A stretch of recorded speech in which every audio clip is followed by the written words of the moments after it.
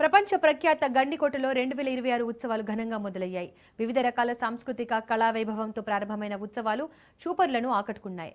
తిరుమలేశుని తొలి గడపగా కీర్తించబడుతున్న కడపకు చిహ్నంగా శ్రీనివాసుడి వేషంతో దేవతామూర్తి ముందుకు రాగా ఆయన వెంట మిగతా దేవతలంతా తరలివచ్చినట్టుగా కదిలారు. వందల సంఖ్యలో భూమి నుంచి దివికి దిగి వచ్చినట్టుగా గండికోట ప్రాంతం కలకలలాడింది. వివిధ ప్రాంతాల నుండి పర్యాటకులు తరలివచ్చారు. జిల్లా ఇన్ఛార్జ్ మంత్రి సవితా, మంత్రి కందుల దుర్గేష్, స్థానిక ఎమ్మెల్యే హాజరయ్యారు.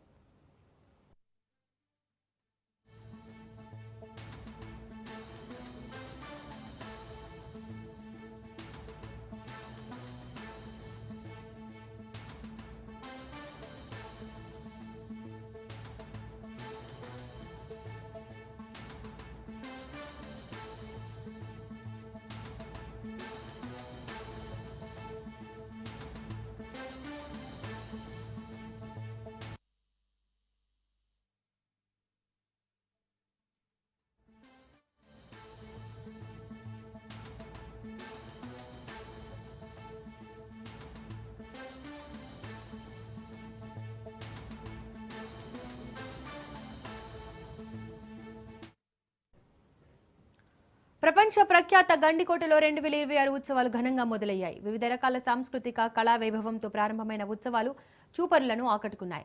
తిరుమలేశుని తొలి గడపగా కీర్తించబడుతున్న కడపకు చిహ్నంగా శ్రీనివాసుడి వేషంతో దేవతామూర్తి ముందుకు రాగా ఆయన వెంట మిగతా దేవతలంతా తరలివచ్చినట్టుగా కదిలారు. వందల సంఖ్యలో భూమి నుండి దివికి దిగి వచ్చినట్టుగా గండికోట ప్రాంతం కలకలలాడింది. వివిధ ప్రాంతాల నుండి పర్యాటకులు తరలివచ్చారు. జిల్లా ఇన్ఛార్జ్ మంత్రి సవిత, మంత్రి కందుల దుర్గేష్, స్థానిక ఎమ్మెల్యే పాల్గొన్నారు. ప్రభుత్వం ఏర్పడిన తర్వాత ముఖ్యమంత్రి గారి యొక్క ప్రోత్సాహంతో మేమందరం గట్టిగా కేంద్ర ప్రభుత్వంతో మాట్లాడి కేంద్ర ప్రభుత్వం పర్యాటక శాఖ ద్వారా మనకి శాసకీయ నిధుల కింద 78 కోట్ల రూపాయలని శాంక్షన్ చేసుకోవడం జరిగింది. అందులో భాగంగా ఇక్కడ ఉన్నటువంటి గండికోటని పరిరక్షించుకోవడంతో పాటు అదేవిధంగా మరో పక్కన ఇక్కడ ఉన్నటువంటి ప్రకృతి అందాలని చూపించడంతో పాటు ఇక్కడ ఒక రోజు కోసం వచ్చేటువంటి సందర్శకులు 4-5 రోజులు ఉండే విధంగా వసతి సౌకర్యం ఏర్పరచడానికి వీలుగా రూములు, అదేవిధంగా కెఫ్టేరియాలు, అదేవిధంగా అడ్వెంచర్ స్పోర్ట్స్, ఇక్కడ ప్రధానంగా అడ్వెంచర్ స్పోర్ట్స్ అనే దానికి చాలా అవకాశం ఉన్నటువంటి ప్రాంతం ఇది.